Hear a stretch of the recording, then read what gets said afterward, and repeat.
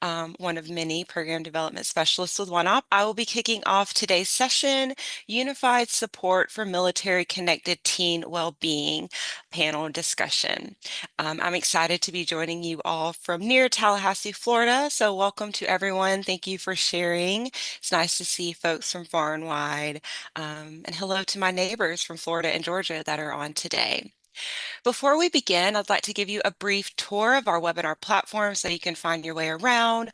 Hopefully, you are currently able to view the slides we're sharing. If you can't see those or are having any other technical difficulties, please email us at contact@oneop.org for tech support. We hope you continue to join us by engaging in the chat pod today as service providers working with our military families. We welcome you to talk about your experiences as we go through the panel, and we want to hear from you. So to embed the chat pod so you don't miss any links or contributions to conversation, simply place your cursor over the shared slides. You should then see the toolbar pop up across the bottom of your screen. And from there, click that chat bubble icon. When typing questions or comments before you submit, please be sure to select everyone from that drop-down menu so that everyone attending can see your contributions in the chat pod.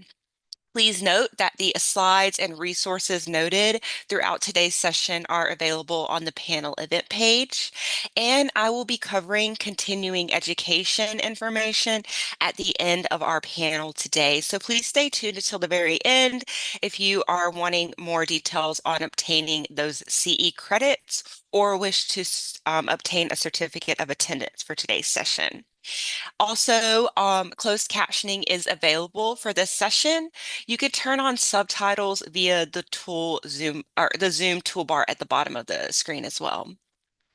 We know everyone has very busy schedules, so we thank you all for taking time out of your day to join us as we continue our partnership with the Department of Defense and the U.S. Department of Agriculture to expand the readiness, knowledge, and networks of professionals like yourselves supporting our military service members and their families.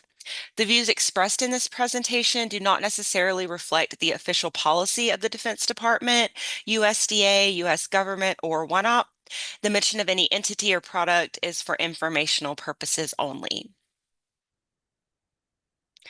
Our learning objectives with today's time is for attendees to understand definitions and key principles of positive youth development, identify the unique experiences of military-connected youth and teens, demonstrate an understanding of the demographic of those teens, identify how professionals within the MFRS can support the well-being of youth, and discuss successful youth programs, initiatives, and resources.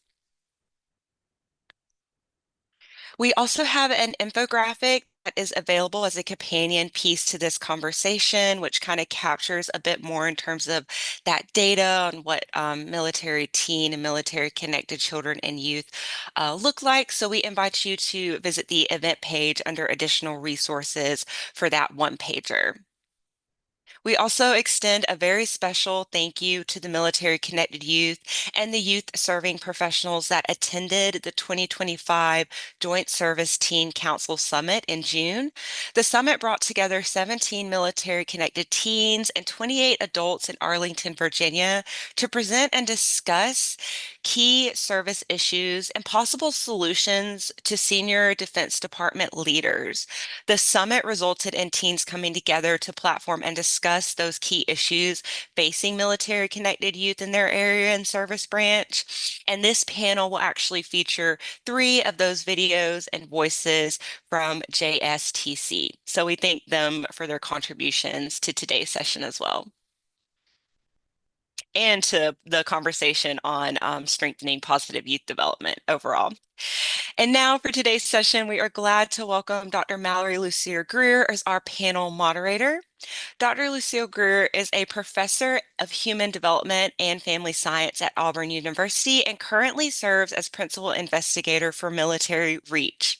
Her research interests include family stress, intimate and couple relationships, youth development within the context of the family, and family life education and clinical applications of research with specific focus on military connected families.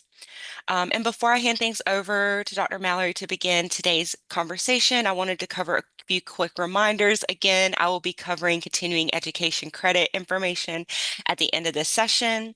If at any point you need to step away or have someone come in your office and need to move your attention away, we will also post a recording of today's session within 24 to 48 hours of the conclusion. So just check back to the event page for that recording.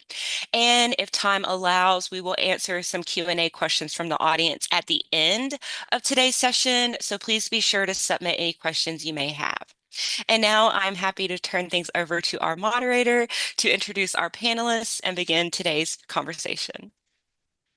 Thanks so much. Excuse me. Good morning. I'll invite the panelists to go ahead and flip their videos on when they're ready. But I want to say welcome from Alabama. Thank you so much for taking the time to join us today. I feel really confident that your to-do list are very long, and yet here you are, investing in your own professional development and your continuing education. So starting off with a high five for you and a thanks for being here. It's my goal and the goal of this panel that in about 90 minutes, you're going to think to yourself, yes, that was worth my time. I learned a few new things. I have a few new nuggets in my tool belt that I'm going to take back to my workplace. So that's our goal for you. As Kaylin mentioned, today's panel will kick off the 2025 Military Family Readiness Academy. This is the part where I ask if some confetti could go off, but I guess the production team might have missed that, but welcome. Nonetheless, away we go. As you already know, the 2025 Academy will focus on adolescent development. Today, we will lay the foundation for the next 3 webinars. What we're going to do today, we're going to review some data on what's happening in the lives and experiences of adolescents. Then we're going to use this data to launch some discussions about how service providers, folks like you, there's the confetti, thanks, how service providers like you can use some of this information. You are in for a treat because we have an all-star panel here. You can see them right there. So let me introduce them and then away we go. We'll jump into the questions. First, I'm in charge of these slides. Here we go. First, we have Brent Edwards. He's a youth programs coordinator with 15 years of experience in policy and program development for Navy child and youth programs across a network of 104 youth centers worldwide. Wow. In his roles, he has delivered high-quality services for school-age care, teen, and youth sports programs, enhancing support for military families. He's dedicated to establishing strategic partnerships with nationally recognized youth-serving organizations to create innovative, developmentally focused solutions aligned with Navy objectives. Welcome, Brent. Next, we have Dr. Casey Mole. He mistook the instructions as an older millennial, which required him to change jobs every 2 to 3 years. Instead, he started receiving a paycheck from 4-H 2 days after high school and has never left the 4-H payroll. He began his extension career in 2006 as a state specialist, working with military-connected audience and a dual appointment with the 4-H Air Force Youth Specialist. He currently serves as Assistant Director of 4-H Youth Development at Purdue University, which serves youth in each of Indiana's 92 counties. He actually ended up joining the Air Force Reserve when recently, and he works in information warfare as a public affairs officer. It's pretty incredible. Welcome, Casey. Next, we have Dr. Greg Leskin. He serves as director of the National Child Traumatic Stress Network, Military and Veteran Families and Children Program. He is also the principal investigator for the Academy on Child Traumatic Stress, a virtual learning platform supporting the DoD's Family Advocacy Program and the New Parent Support Program. He's dedicated to addressing the behavioral health needs of military-connected children and youth. Welcome, Greg. And last but certainly not least, we have Dr. Sabrina Richardson. She's a developmental psychologist interested in family adaptation to military and non-military risk factors. Her research focuses on how important relationships can support resilience, particularly among children and adolescents. Dr. Richardson has worked at the Naval Health Research Center for the past 9 years as part of the Millennium Cohort Family Study, which many of us are familiar with, and more recently as part of the Study for Adolescent Resilience. She is also the Child Portfolio Lead for the Millennium Cohort Program, coordinating and initiating child-focused programs. I told you we had an all-star panel. So welcome to each of them, and we'll jump in. As I mentioned, data collection efforts are regularly underway to understand the experiences of teens and military-connected families. Let's start today's panel with some conversation about what we know from these various data sources. So my question to the panel is, what trends have been identified from recent data regarding who these teens are, their experiences, and their needs? Who wants to kick us off? Um, I will, Mallory. Thank you so much, and good morning, everyone. Good morning, good afternoon. My name is Dr. Gregory Leskin. It's a pleasure to be here today. And I want to start by sharing some recent data from the National Military Family Association, or NMFA's 2024 Military Teen Experience Survey. A great survey, and I really recommend everyone take a look at this. From this report, we hear directly from military teens. And what's the top headline? When asked to rate their own well-being, the majority of military teens report a moderate level of mental health and well-being. Yet only 8% report the highest levels of well-being, and 35% reported even lower levels. Civilian benchmarks show that there's about a 75% moderate rate. So we have some work cut out to really support our military teens. And you'll hear today from many experts about strategies that really can work to support our military connected teens. Strengths from this report are striking. 51% intend to serve versus 10% of our civilian peers. And 58% work to cover their own personal experiences, showing clear maturity and a strong sense of purpose. Some challenges do exist. And I wanted to draw, some attention to like our hidden helpers who are caring for an ill or injured parents are 10 times more likely to report low well-being. In a small group, about 2% endorse some suicidal ideation, suicidal thoughts, and some more reported self-harm thoughts, like 52%. So the takeaway, resilience and strength are real, but we need to continue to look for ways to support our military teens' mental health, especially, you'll hear about this today during moves and separations. Teens named the big stressors: relocation, parental deployments, school transitions, and the big wish to be seen not as a problem to fix, but as leaders to engage in discussions with about these issues. And we'll talk about positive youth development today, starting with the strengths and then adding the support scaffolds: belonging and access to youth spaces consistently buffer risk when life gets turbulent. And there is some turbulence at times. Transitions are the rule, not the exception. Every PCS, every move can disrupt course separations or IEP 504 service for EFMP and peer networks. Outcomes stabilize when schools plan continuity on purpose: counselor to counselor handoffs before arrival, credit mapping, a peer buddy from day one, and immediate connection to youth centers or clubs. You'll hear more about that today. For geo-dispersed teens, especially Guard and Reserve or those far from an installation, on-base services may be more difficult to access, so partnerships become the lifeline. Boys and Girls Clubs of America, 4-H, you'll hear a lot about today.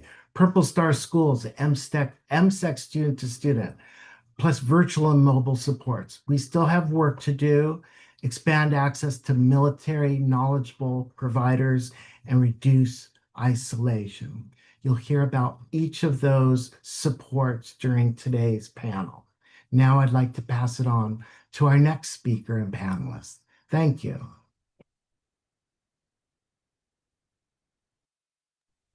Okay, I'll jump in. Thank you, Dr. Leskin. That was such a nice introduction to all of the things that we are focused on today.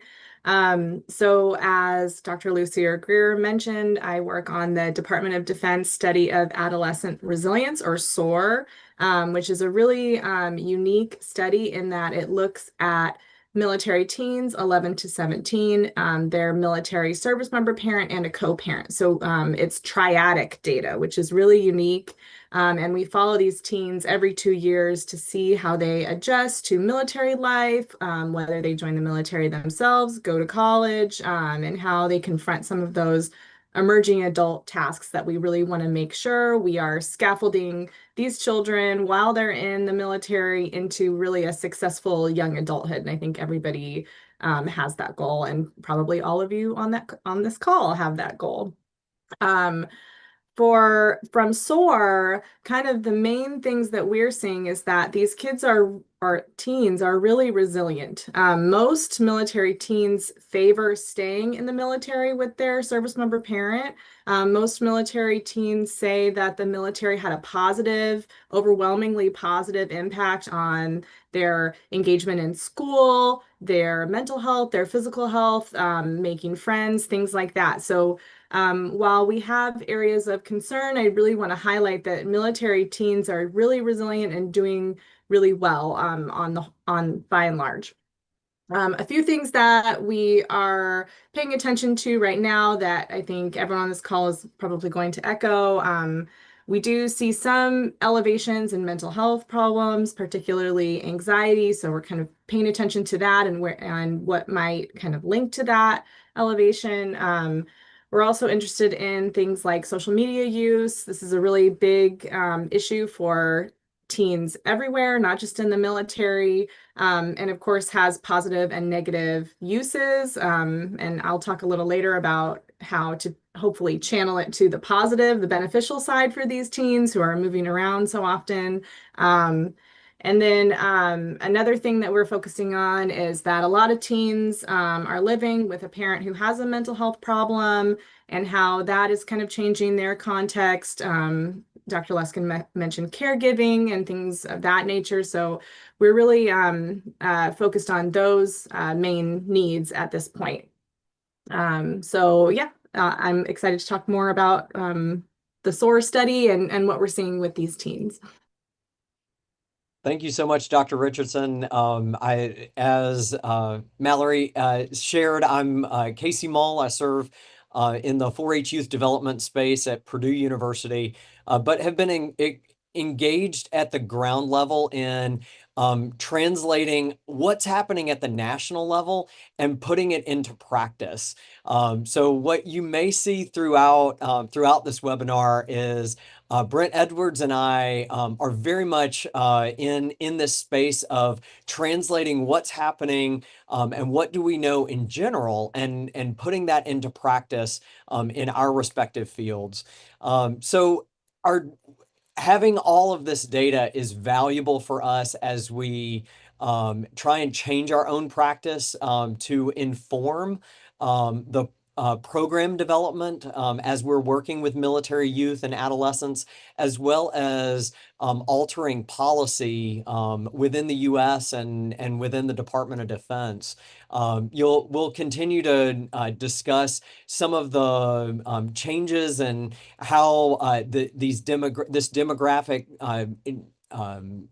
trends have influenced the military over the last decade or more, focusing on helping youth through those transitions, particularly school transitions, and through PCSs.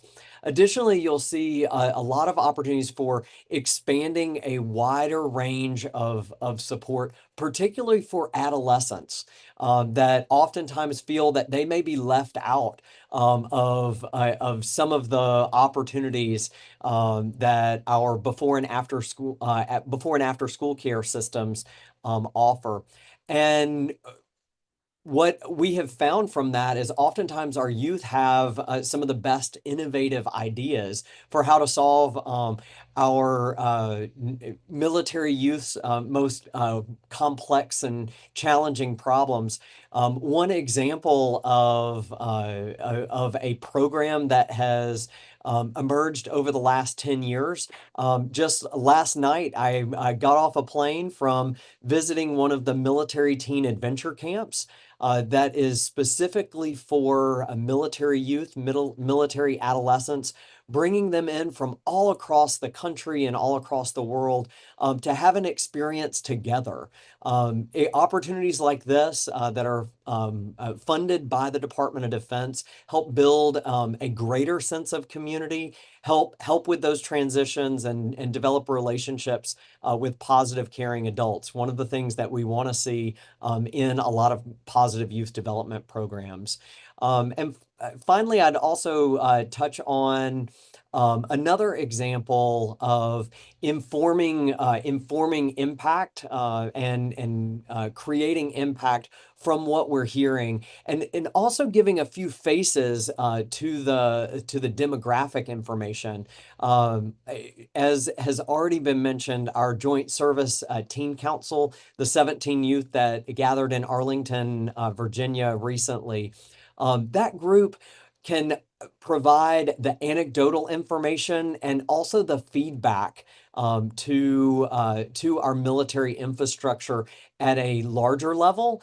And as service providers, one thing that I would encourage is take this data, but also seek to see at the local level how that can inform your own practice and your own impact, because each military youth, each military family may be different. So use these demographics and these trends as a way to begin that program development process, and then certainly meet the needs of the most local youth that you're working with.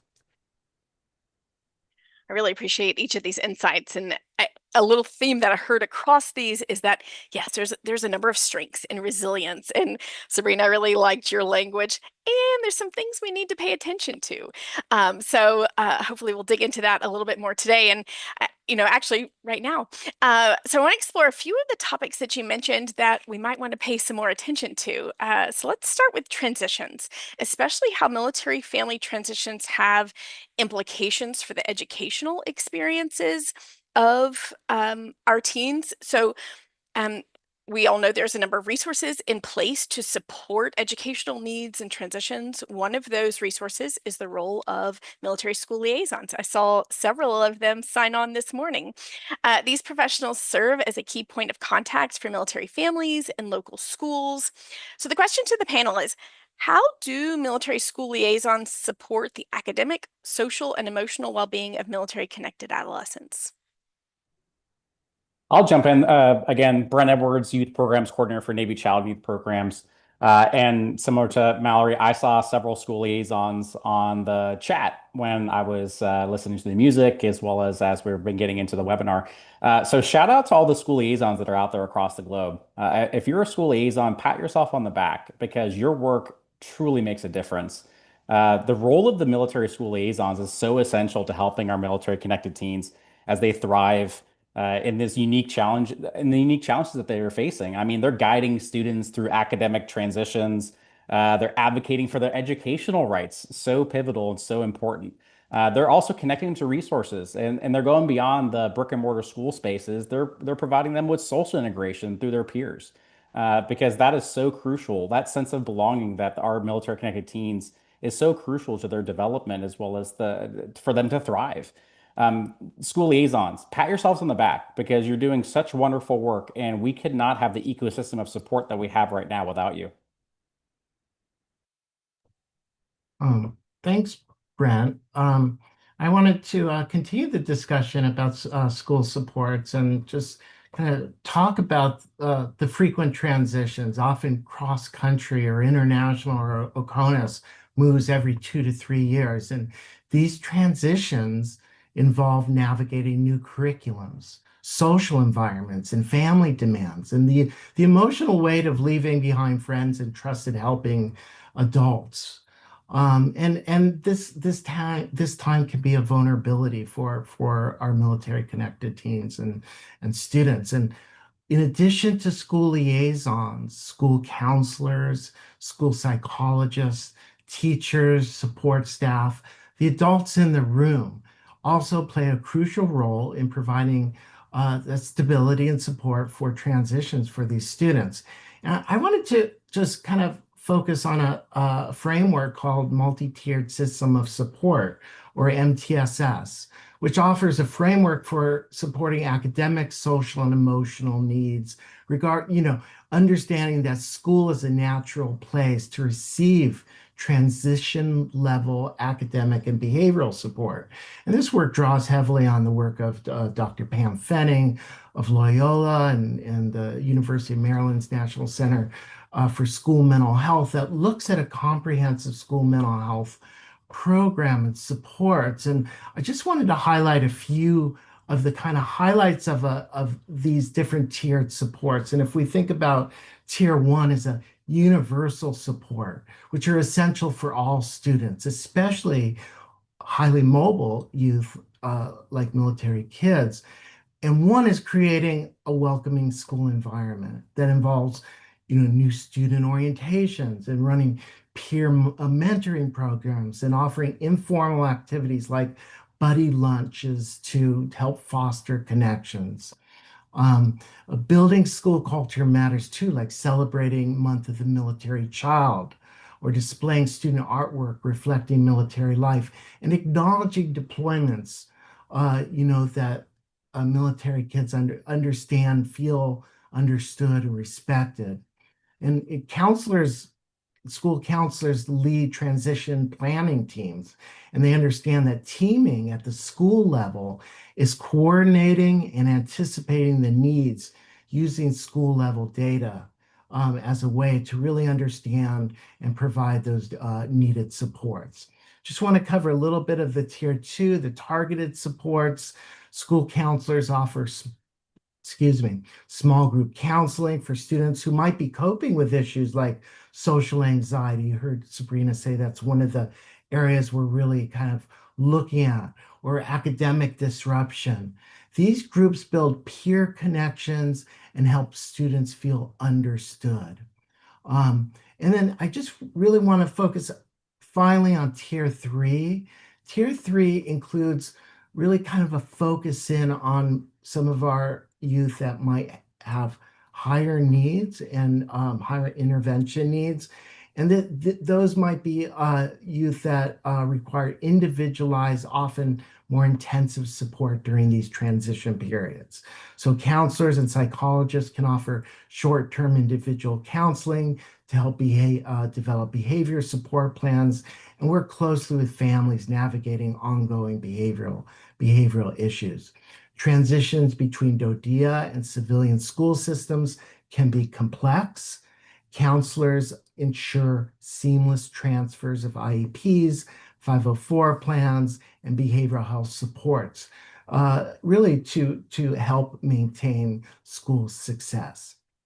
So my final point, collaboration between school liaisons, the military treatment facilities as needed, community providers, and school liaisons and school staff, support staff, all together prevent disruptions in academic, social, and other parts of the youth's life. So let me pause there and I think hand things off to Sabrina. Thank you, Dr. Luskin. I feel my perspective is really like what our data is showing about these different potential challenges for military children and adolescents. And really what we're seeing in terms of school transitions is that the effects are not there or very small, and not because it's not a challenge, it's not an adaptation for the family and for the adolescent, but I believe it is because of these supports like school liaisons and the MIFLICs who are kind of coming in and buffering or counteracting some of the risks of the transition. For those of you on the call, I just want to highlight like how important that resource, you as a resource for these adolescents and and especially for the parents too, because they are the ones supporting some of this. And, military spouses are so good at navigating systems and learning, and especially once they've been through a few moves, they get it down. But things are always changing. Policy is always changing. The education compact is always changing. And I think you being that expert and helping take them along is really reducing that mental load on the parents who are trying to make this transition really seamless for their adolescents. And I just really want to highlight that I think that these support people are really doing a good job kind of offsetting some of the risks of those transitions. So I think that's a really important thing. I like how you mentioned, Greg, there, one way that we're going to support is turning to the adults in the room. And so we have a lot of adults in the room on this call. So, panel, I want for this next question really to channel the folks who are listening in. How can they, a range of service providers and direct service helping professionals, how can they promote the continuity of support and care for youth who frequently relocate due to military assignments? And if there are any applications or programs or services, we'd love to hear some of those highlighted as well. I'll jump in again about the programs and services. So I'm going to go back to our military youth programs as well as our school liaison programs as well. They're laser focused, and what a beautiful partnership between our youth programs and our school liaison programs. They're laser focused on identifying military connected youth. That's our business. We're here to find our military connected youth and provide them with services. And our collective goal is to reduce any type of academic disruptions that our military connected youth are experiencing. We're out there facilitating our youth sponsorship program, school transitions, transfer support, helping families navigate, spec ed or special education resources. We're also providing information on local educational opportunities to include homeschool. And we're really just trying to foster communications between parents, schools, military leadership, so they understand what our military young people are going through and the resources that are at their fingertips.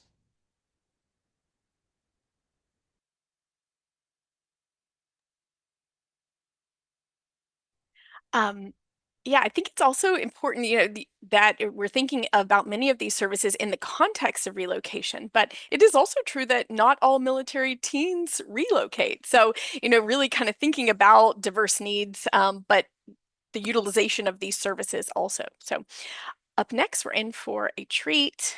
Going to hear from some of these voices in the field. Let's see. I am Renee Reilly, and I'm the youth director at NSA Bahrain. One of the biggest things that face teens today is mental health issues, and our teen centers offer a great support system for those teens. Teen centers offer a place for a safe space for them to have neutral adults to speak to, make new friends with similar interests, and really have a place to call home even though they may be moving all around the world. I am Renee Reilly, and I'm the youth director. There we go. So let's switch gears just a little bit, thinking about the range of services of, some military youth who are maybe Guard and Reserve families that stay in place, some relocate, and then, this term geo-dispersed teens. Let's start there maybe with defining what geo-dispersed is, and then maybe to the panel, think about, are there specific gaps in the current systems of support to support geographically dispersed youth and families? Yeah, I'll jump in again. And if Miss Renee is on the line or we're listening to the recording, first of all, thanks, Miss Renee, for your perspective. Also, thanks for signing that media release so we can share your thoughts with the entire world. So when we say geo-dispersed, 9 times out of 10, we're talking about teens that are living away from the military installation that typically houses those quality life services that we provide to them, whether that's the youth center, if that's the fitness center, if that's the exchange, if that's the gymnasiums, et cetera. And this is true even overseas, as far as we have families that don't necessarily live on the installation, they're living away. Uh, to add to this, like our community members in the Guard and Reserve, just because of their mission requirements, they may be permanently geo-dispersed away from one of those historical and traditional military installations that are housing quality life services. So 9 times out of 10, when we say geodispersed, we're talking about people that are living away from the installation, whether it's by choice or already by design. Thanks so much, Brent. And I'll share a perspective as an actively drilling reservist. One of the greatest challenges is simply the proximity. I am a reservist. I live in Lafayette, Indiana, but my duty station is about 5 states away in Georgia. So when next month, when my unit has our family day, it can be very challenging for my family in Lafayette, Indiana, to be able to travel down and participate and have immediate access to all of the supports that are around my military installation. We have so many opportunities, but where we work and where we live may be different. Oftentimes, military spouses get networked in and can help find that local knowledge, those relationships that can help spouses navigate the challenges of military life. But youth need a little bit more help. So there are some programs. I mentioned the military teen adventure camps, certainly being affiliated with 4-H. 4-H is in every county, parish, and borough of the United States. So that is another resource that can help with that transition of young people that may not live near their military community, but finding ways how service providers can help to network and engage military youth to help identify those that local knowledge and those relationships of those that may be around. So my kids in Lafayette, Indiana, they may be the only Air Force Reserve youth in their school district, but they might not be the only military youth. There may be Army National Guard youth that receive different supports. So our service providers can be a great conduit to help identifying that local knowledge and connecting teens together wherever they may be.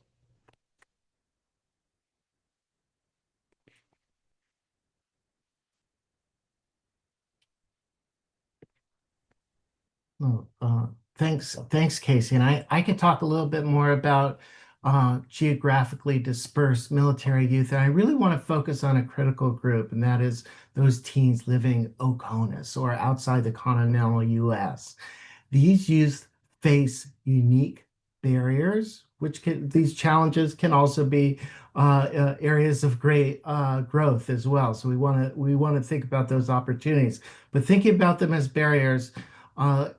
Military teens living overseas or OCONUS may face language and cultural differences, time zone differences that complicate connections, uneven behavioral health and academic continuity, and for exceptional EFMP families, limited local specialists or host nation services that may not be in sync with the needs of the family.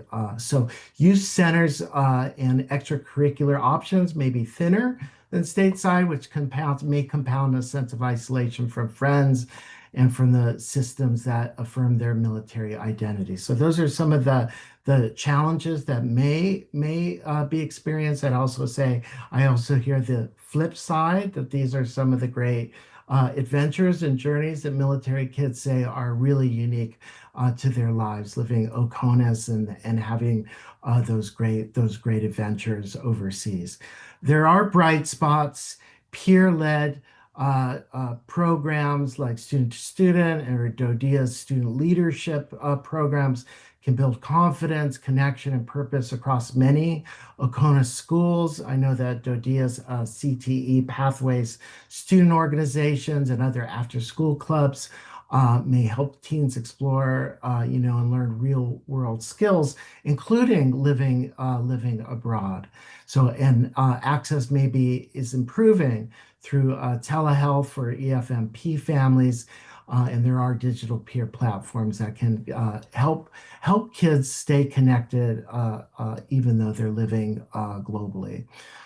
So those are some of the ways that we can continue to support our teens OCONUS. And I'm going to hand things to Sabrina.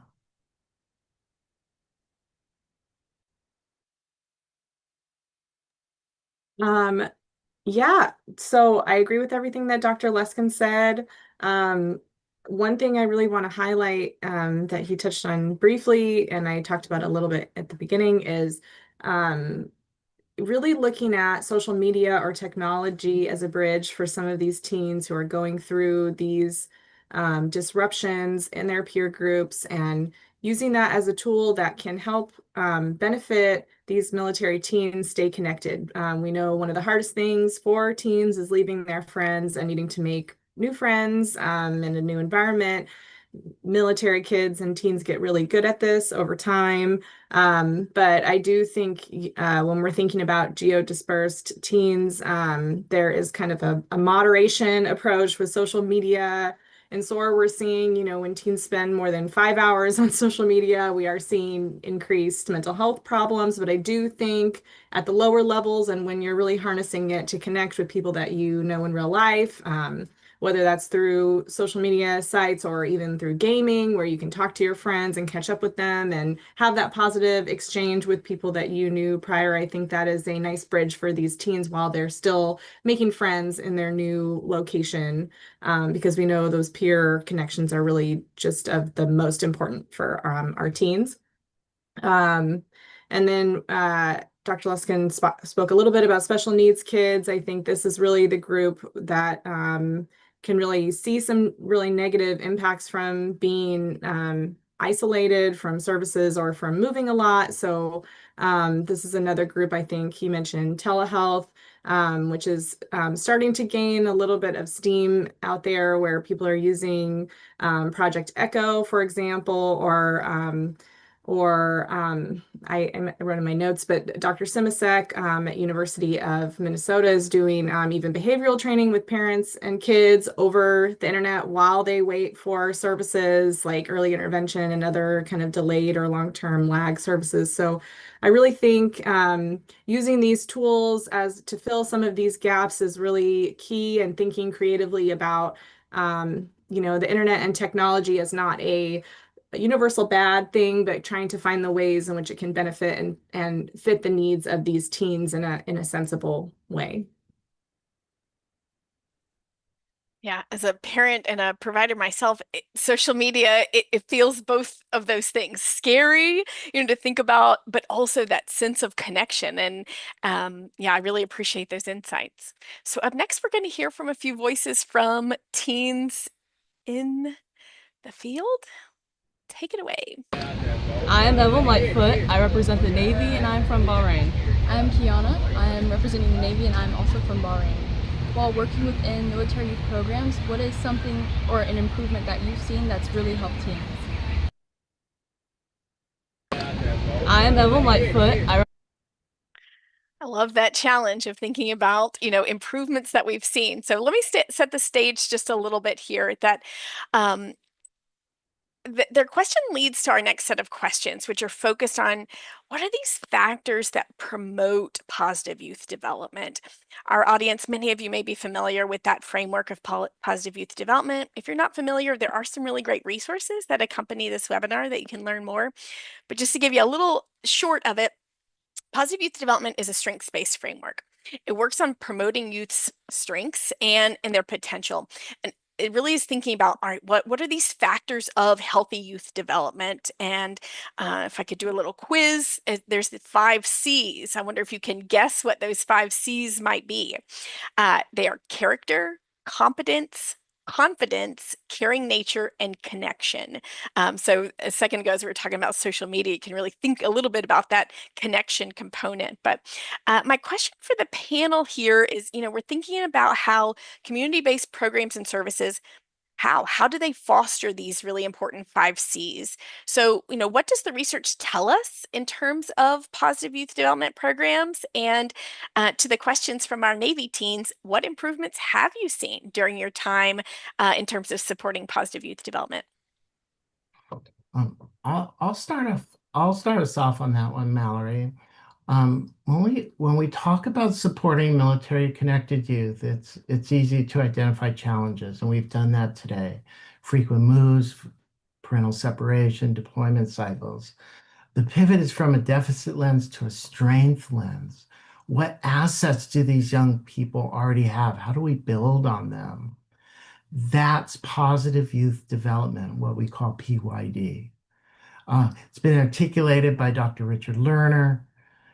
Positive youth development says youth thrive when three things are present. We could call them the big three: caring, sustained adult youth relationships; two, real chances to build life skills; and three, meaningful roles with voice and leadership.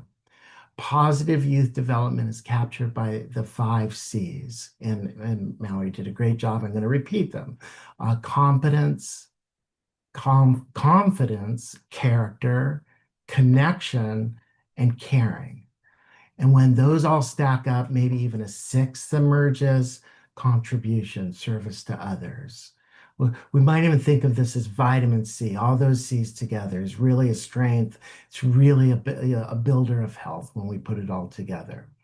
Um, this fits military youth especially well. And we have experts on this panel who are going to talk about how this has been applied. Military youth navigate change, adapt quickly, and often lead at home and school. And a Rich Lerner's positive youth development framework really underpins some of the work that Casey and Brent have done in 4-H, and the military partnership applies that approach that military connected youth across all 50 states and many Oconus communities, giving teens portable access, portable continuity through PCS moves. Youth plug into STEM, citizenship, healthy living, and most importantly, leadership. So the programs become a constant: structure, identity, a place to belong. We'll talk more about 4-H, and Casey's here to share some of those insights. And what outcomes do we see when positive youth development programs are in place? And research from the 4-H studies link positive youth development participation with greater contribution, stronger civic and healthy behaviors, lower risk behavior, lower depression as measured, alongside gains in skills that travel across schools and duty stations. So it's really a good place to put our focus. Here's the takeaway: military youth are not defined by risk, but by potential. Our job is to really stack the C's, build trust relationships, the people that know their story, that know the experiences of military connected youth, create skill building that travels with our military kids, and offer real roles to contribute at schools and the community. That 6C, the contribution. When support is predictable, portable, and personalized, and centered on youth voice, they're not just coping with military life; they're really contributing and building to make their lives and those of their community better. I'm gonna hand things off to, I believe, Casey. Yeah, I was just going to see if anybody else, kind of the challenge to the teen question is like, what improvements have you seen in your own time in this role?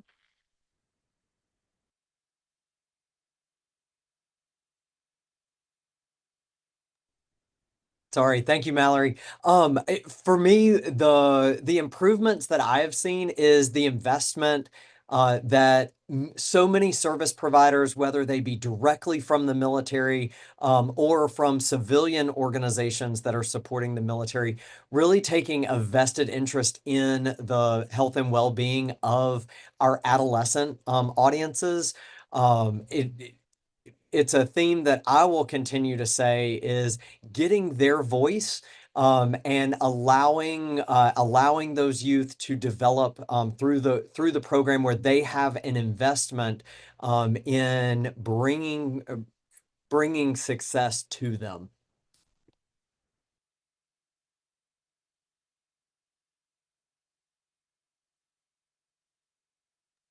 One of the C's that we talked about in the in the model is connection.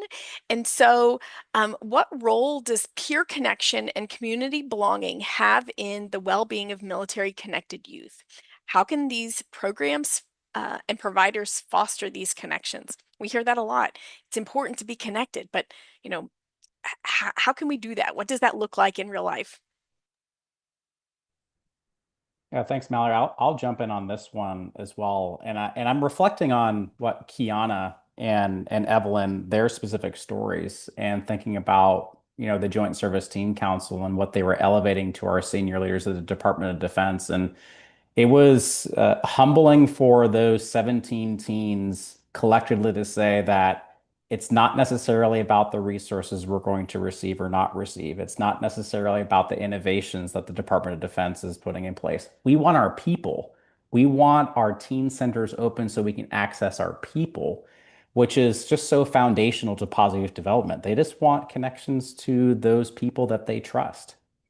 I would say, to be fair, whether you're military connected or not, teens are just seeking a sense of belonging. Every audience member in this panel, every audience member, as well as every panelist here, already knows these young people, they're going through their formative years.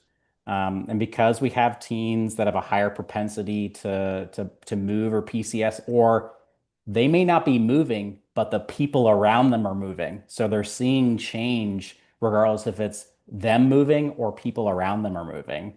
It- they're facing challenges and they're feeling alone and disconnected at times. So peer connections are so important for these young people so they can combat the issues that they're facing on a day-to-day basis. And having friends simply just plays a huge role in their development as an individual, but also as they become a member of their community, but the larger society. So, whether they're coping with a PCS move or people moving around them, they need to feel confident and as they're traversing it. And their confidence is going to come through peer connections, whether that's through a trusting adult or another military connected or potentially a non-military connected team. They need those connections.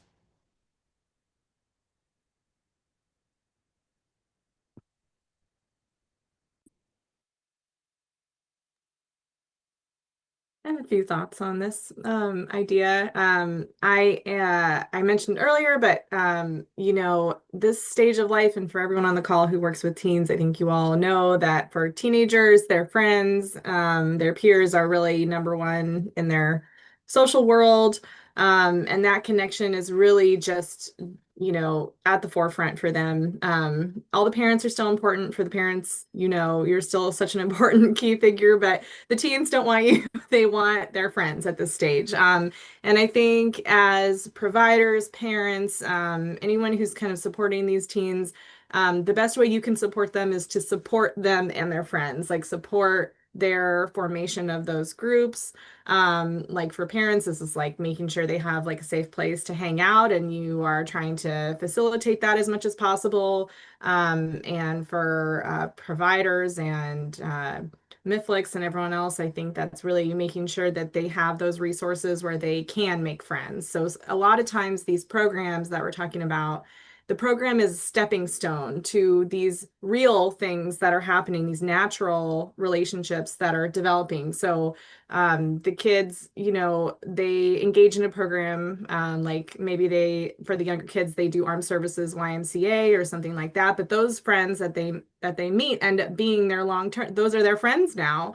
And particularly the military community, all these teens and kids, because of the moving, they are so much more open to making new friends than what we see sometimes with kids who are already established out of school who have been friends for a long time. It can be a little bit harder to, make friends in that context. So we already talked about geodispersed teens and how hard that is, because when you're in a school that has other military kids, it really does help to connect those kids, because those kids know what it's like to be the new kid at school, and often will take the newer kids under their wing. So school liaisons, peer-to-peer mentoring, like MSEC, I know has programs like this. even like I know some of the Miflics on the call maybe do lunch bunch or something like that. But when you can connect those kids in the military community, I think that's really a smart way to use what is naturally happening.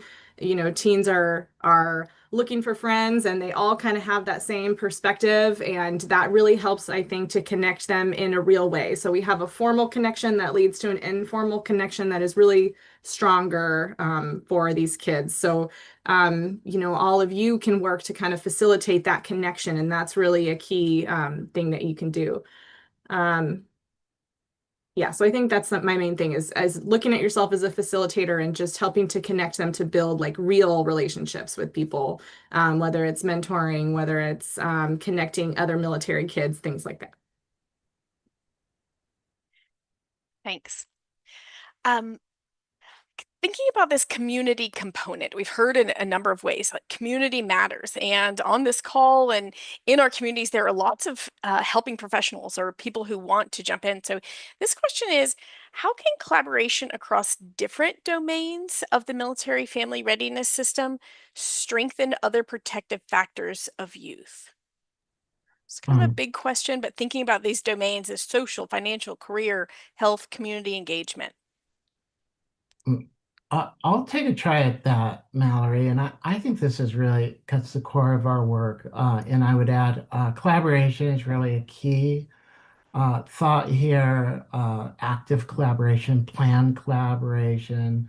I would also add another C. We talk a lot about C words, which is coordination, coordination between services locally, coordination between military installations and their community assets. Um, you know, we know that military youth don't grow up in silos. They're embedded and grow across multiple ecosystems, both from the family to their schools to the larger community. So our support just can't operate at a single level. It needs to be a collaborative, coordinated approach. And the best outcomes show up when the five domains that Mallory named off are really included in that calculation. Those are the social, the financial for the family, the physical and emotional health of our teens, their education and career mindedness, both their success academically, but also their planning to, you know, their careers and their educational goals and their role in the community and community assets that can support their growth. And all those can intersect. And so let's begin by like naming some of those programs that really have done remarkable jobs helping to provide those supports. And when we talk about social, a lot of times we're talking about creating networks for military connected youth, a sense of belonging. And so programs like Boys and Girls Club of America, 4-H military partnerships, many others have really led in developing steady peer networks and leadership roles that can travel with the teen, that really kind of set them up for success and really create daily practice for their voice and teaching emotional resilience.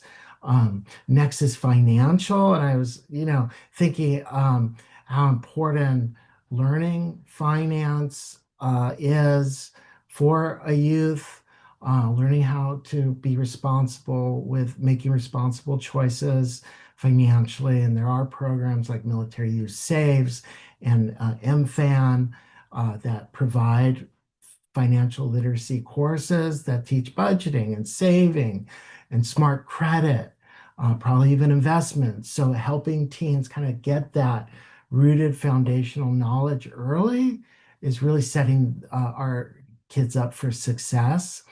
Health, really a lot of health programs that think about a mind-body care routine, and you know really start ahead to really build resilience. Home base, the Red Sox home base resilient youth is an example of a trauma-informed wellness skills program really aimed to reduce stigma and giving teens tools for stress, dealing with stress, improving sleep and improving mood. in terms of education and career. Um, student to student, we talked about the Military Child Education Coalition, MSEC's student to student that focuses on peer mentorship, but to greet the students on day one and really help them understand how to successfully navigate a new school. I think those are really, really important to career. But then, there's lots of good examples. Dodia's got some great pathway programs for learning and success and internship that help them track through PCS and scholarships like Military Child of the Year really reinforce identity, purpose, and future goals. And then community, there's many community programs. Some of my I wanted to focus on sports. Haven't talked a lot today about sports, but sports provides, I think, a lot of those connections, growth, skills, fitness, and sense of belonging.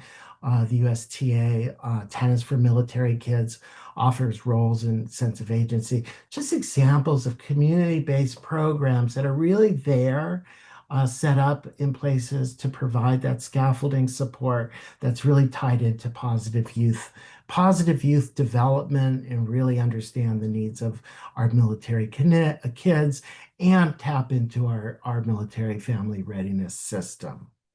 So let me pause there, see if other panelists have some thoughts about military family readiness.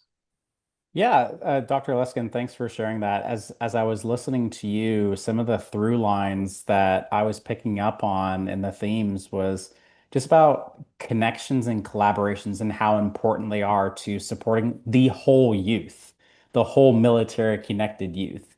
So whether you're an audience member or listening to the recording, if you're an MFLAC, if you're a youth program professional, if you are a school liaison, whatever capacity that you came to this webinar to support military young people, collaboration is key. And there's probably something to that age-old and sometimes corny saying of teamwork makes the dream work.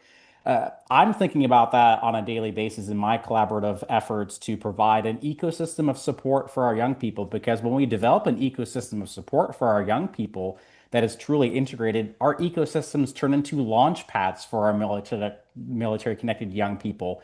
Whether it's health, finances, career, when we create strong integrated networks for our military connected young people, and those they then launch into their early adulthood stronger and better for it to become doctors, pilots, engineers, entrepreneurs, whatever it may be that they are thinking about for post-secondary education or a military service for that matter.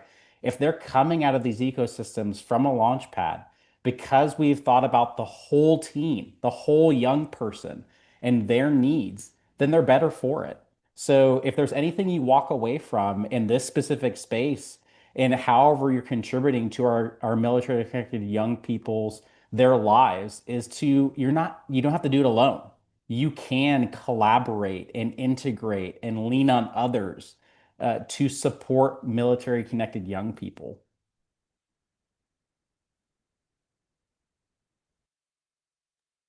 I just want to echo a little bit of what Brent was touching on there, that and really the idea of like this holistic health and competence. And he's talking about, uniting the whole community of services and working together, which I really agree with that. I think there's so much more that can be done when you involve the whole team instead of just individually try to focus on a kid. So I think that's great advice.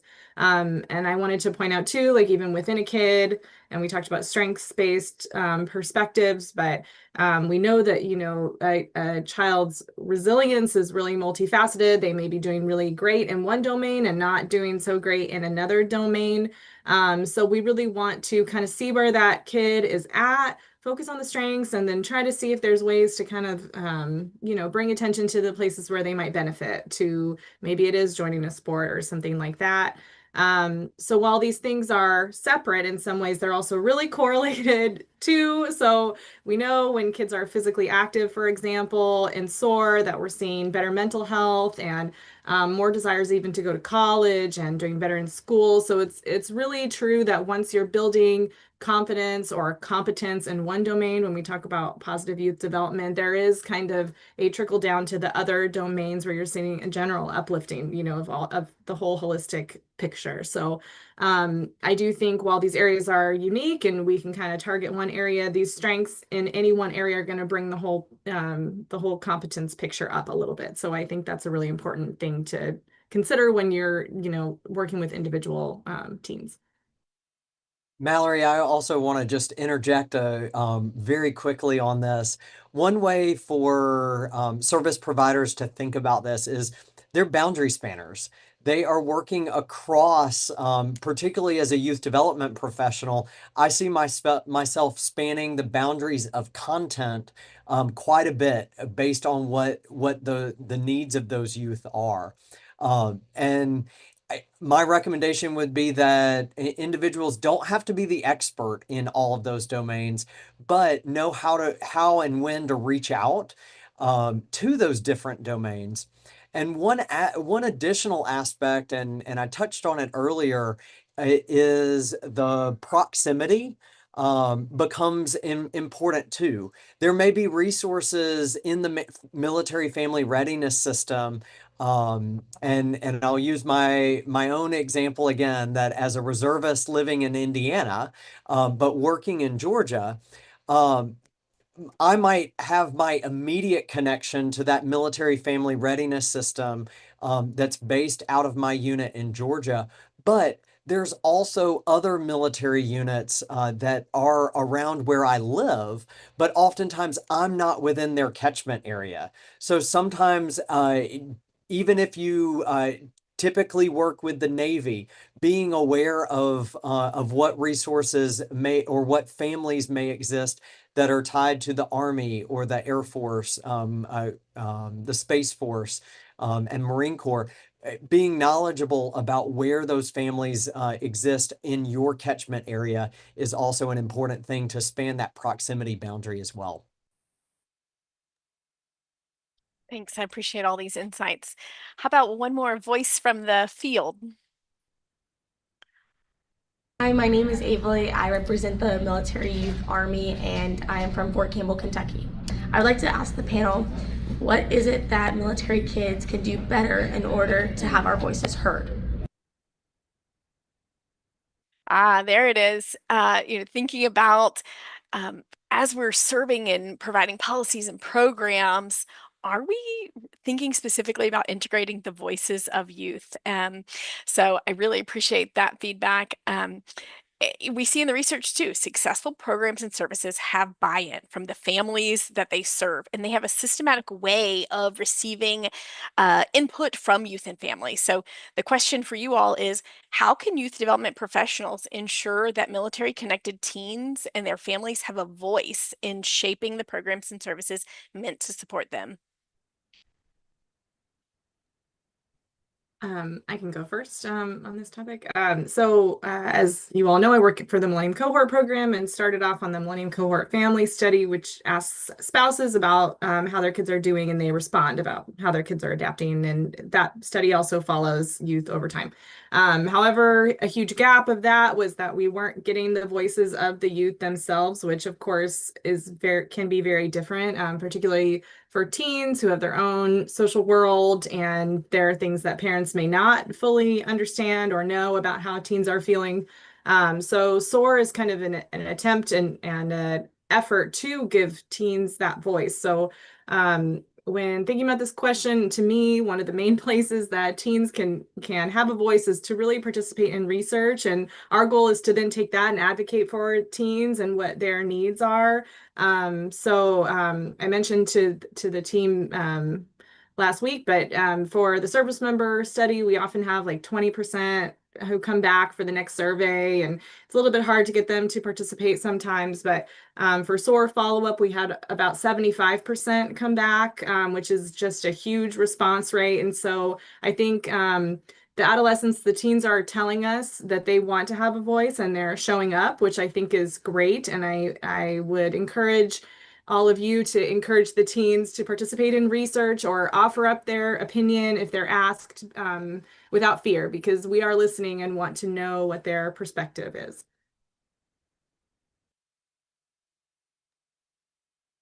Adding on to what Dr. Richardson just offered to the group as well. And I also saw somebody give a shout out to Abelee. She did wonderful last week. I saw her at the Boys and Girls of America National Military Youth of the Year celebration. She rocked it all week long.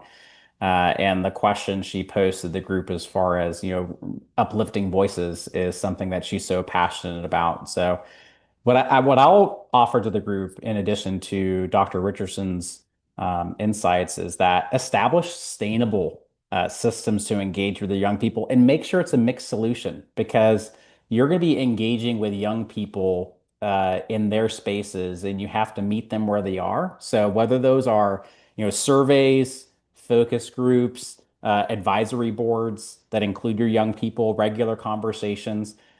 When teens help shape programs, they're more likely to utilize those programs and move those forward. And also, if they are shaping those programs and lending their voice, there's a higher degree that those programs and services are going to make an impact because they have insights coming from our young people. When I think about the programs and services that Navy Child and Youth Programs is offering to our young people, my secret sauce is slowing down, asking myself a question. Have young people had any say in what we're about to launch to our 104 youth centers worldwide? If the answer is no, it's probably not ready for the public yet because unless those young people have had some fingerprint inside of what we are trying to provide to them, it may not necessarily be on target. So again, have a mixed solution of how you're engaging with young people to understand their needs, their wants, their desires, and then look at how it can be sustained over time because you'll have a greater impact with your young people. Both Brent and Sabrina said it. Ask them, ask the youth. Youth, especially teens, need to be consulted and allowed to contribute. And I'd even recommend allowing them to build their own programming and services. That leads to those PYD outcomes that have been shared earlier. Oftentimes, youth are able to identify better solutions to problems that adults may have identified. And while those youth may experience some challenges, such as adults saying, "We've tried that before," the youth haven't. There can be learning in that opportunity of allowing young people to explore and even failing in a safe setting. That provides them an appropriate learning opportunity. Oftentimes in the 4-H program, we talk about our adults being the guide on the side, and allowing youth to be the ones to implement their programming. A mentor and colleague of mine used to talk about at 4-H clubs, if a young person forgot to bring, if they were responsible to bring the snacks for that 4-H club meeting, if it may be age appropriate to not remind them multiple days leading up to to that 4-H club meeting that they're responsible for the snacks. That it can be a positive learning outcome that if they forget sometime, that helps teach that responsibility. So being that guide on the side, allowing them to fail in that safe setting can be an appropriate learning activity or a learning opportunity, as well as certainly within the 4-H system, we use teens as teachers. And allowing teens to develop the program and share that program with others. I really appreciate those. Lots of ways of thinking about autonomy development and, serving them while also helping them to develop some of their skills.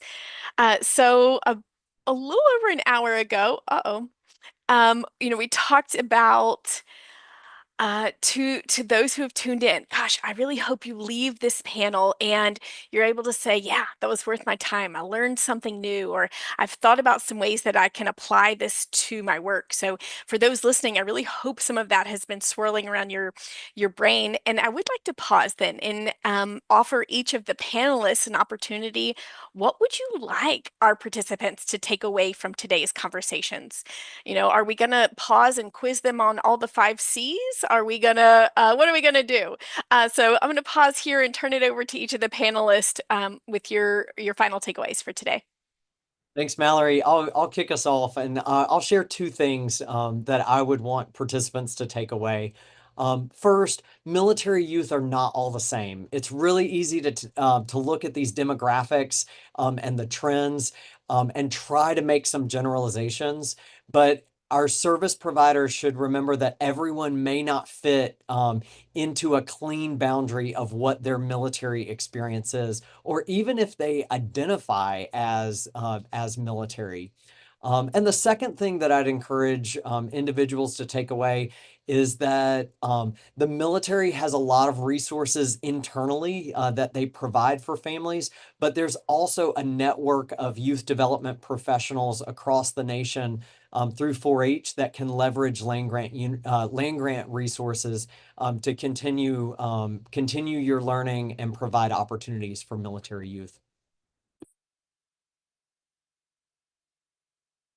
Okay. I think my takeaway, and I think everyone really individually touched on this, but is that, for the most part, these youth are really doing good. Like, it's not all doom and gloom for military youth. A lot of them are doing, great. And I think we have a lot of like hope for their future success, and these youth are going to get there. And so that's really encouraging to see in the data, and I think anecdotally as well. We're always saying military youth are resilient, and I think even people get sick of this saying that they're resilient all the time. But the second piece of that is that military youth are resilient because of the people on this call and because of the strength of the community. I think the military community, the parents, the service providers, everyone, it's really just such a strong, unique, and powerful thing. And so my hope is that we continue to kind of lean on our community to help fill whatever gaps and continue supporting, continue doing what we're doing to cause resilience to occur, continue playing that role, because that just keeping that going is a huge part of what is leading to youth being successful and doing so well. Causing your resilience to occur. I'm going to write that one down. Thanks, Sabrina. Building upon what Sabrina and Casey have offered to the group as takeaways, there's really one thing that comes to mind for me. And yeah, our military connected young people, they're dealing with a lot, and rightly so. This is their formative years. This is their adolescence and early adulthood. So whether it's getting my driver's license, or I'm rooted and I'm moving schools, or I'm uprooted because I'm military connected and I have a PCS and I'm going halfway around the world or whatever else. There's so many things our young people are navigating through because this is their adolescence and early adulthood. But the key to them also navigating all of this is a human connection. If COVID told us anything, is yeah, we can be innovative with our service delivery, but as soon as we were in just more of the wake and COVID was in the rearview mirror, our young people were asking for human connection. So, if there's any takeaway that you have here, is that you as an individual coming to this panel live or coming in through a recording, you can make a difference in our military connected young people's lives, because that human connection is going to make a huge difference in their life. So they can be anchored to a positive path that leads them to beyond ready. Oh, thanks, Brent. My takeaway, adolescence itself is a transition. It's an important transition point between childhood and adulthood, and by nature, both biologically as well as psychologically, a time that can be turbulent, just in itself.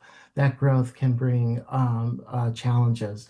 When we add to that multiple transitions that can make those challenges even more pronounced. So an understanding that there are multiple transitions occurring during this time can be very helpful. So our community, our ability to increase our understanding of those factors is critical to the success of our military connected youth. Our ability to understand that military teens bring really powerful assets, their adaptability from frequent moves, strong service identity, kind of a global perspective, and early leadership. All are testaments to our communal efforts to really make successful, bring successful supports and help bring out the best in our military youth. Today we talked about positive youth development, the lens that captures the 5 Cs. I won't quiz you, but I'll repeat them because they're worth repeating. Competence, confidence, character, connection, and caring. And those together fuel a 6th C, contribution. These are the essential ingredients to positive youth development that undergird many of the programs that you heard about today, including 4-H and Boys and Girls Club and Student to Student. And all of those, I think, are the requirements to help support our military youth and adolescents. I'll add 2 important Cs that also came up today in a call to action. And those 2 Cs are collaboration and coordination. We know today's youth face many challenges and stressors, including achievement stressors and social pressures and pressures coming from media in many different ways. So the last C that I'll mention is continuity, that it's important that we continue to support and find best practices, identify best practices across these different systems, across the military family readiness domains, school mental health, behavioral health supports for our youth. Engagement is key, and including voices and participation by youth, just like the videos you heard today, from the get-go, from the planning stages to any sort of program, whether it's local or part of a larger effort, is critical for any program. So I'm going to end there and thank you very much for your participation. I'll hand things back to Mallory. Yes, this concludes our part of it. And so, Kaylin, I'm going to pass it to you for a bigger vision of OneOp and what's to come. Awesome. Thanks, Mallory. And I know we had quite a few questions come through in the chat, and I think our panelists, some folks have been hopping in there and kind of engaging and answering that since we're kind of getting close to our time. So please continue to let us know if you have any questions. We have a really great group of panelists here that are keeping an eye on that chat pod. And thank you all for kind of sharing what y'all are doing as well in your different areas, both here as well as Oconus, in engaging youth and really working to elevate those voices and considerations of programs. So for our folks now, and thank you all so much to our panelists for today's great conversation, as well as the daily work that y'all are doing and dedicating yourselves to ensuring that our military teens and military kiddos who then grow up to be our military teens are getting these services and really great adult support, both here and abroad. So thank you all. I will move on to wrapping us up and kind of giving y'all information on how to get CE credits for today. Also, just wanting to note that today was a very general and high-level overview, kind of capturing of that snapshot of military connected youth and teens. And as we go across the remaining 3 webinars in this Academy series, we'll really dive deeper into those comprehensive conversations and best practices and strategies for supporting youth in that daily professional work. So the link to the evaluation for today's panel is available on the event page. When you visit the page, you will see the purple button, which we will be showing shortly here on the screen. When you see that button, we ask that you click that. That will take you to both the evaluation and then the post-test. If you do not see that button, especially if you had the event page open since the beginning of the session, please refresh the page or exit out and reload that page, and you should be seeing that populated now that we've concluded the session. Of course, your feedback and input is very important to us, so we ask our audience to take that short evaluation, letting us know your thoughts on today's panel. And for those wanting to obtain CE credits, you will be directed to a list of opportunities offered today, which are currently on the screen. Continuing education credits are available from the American Association of Family and Consumer Sciences, the Association for Financial Counseling and Planning Education, the Center for Financial Certifications, the Commission for Case Manager Certification, the Commission for Dietetic Registration, the National Council on Family Relations, the Patient Advocate Certification Board, the University of Texas at Austin School of Social Work, and the Society of Human Resource Management. And for any additional professional development hour tracking, certificate of attendance are also, of course, available. Some certificates do require you to complete that post-test with an 80% or higher. So if you are taken to that post-test, once you have completed that, the certificate should be emailed to you within 24 to 48 hours of completing the process. Some email providers will, of course, kick that to your spam folder, especially if this is your first time taking this process with us. So please be sure to check there first. And if you have still not received that certificate within 24 to 48 hours, please be sure to email us at ce@oneop.org, and we will work with you to ensure you get the proper certificate for your hours. Thank you all again in terms of our audience for attending and participating in our MFRA panel. As mentioned, we value your input and insights into your participation. So surveys for this session will be open. We will follow up with those via email. We will be sending that to the email provided as you obtain your certificate.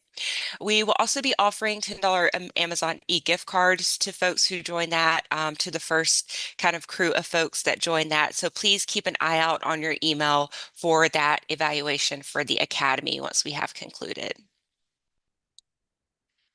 As I mentioned, we also have our upcoming sessions. So our next session will be on August 27th, where we'll dive deeper into fostering belonging for military-connected teens.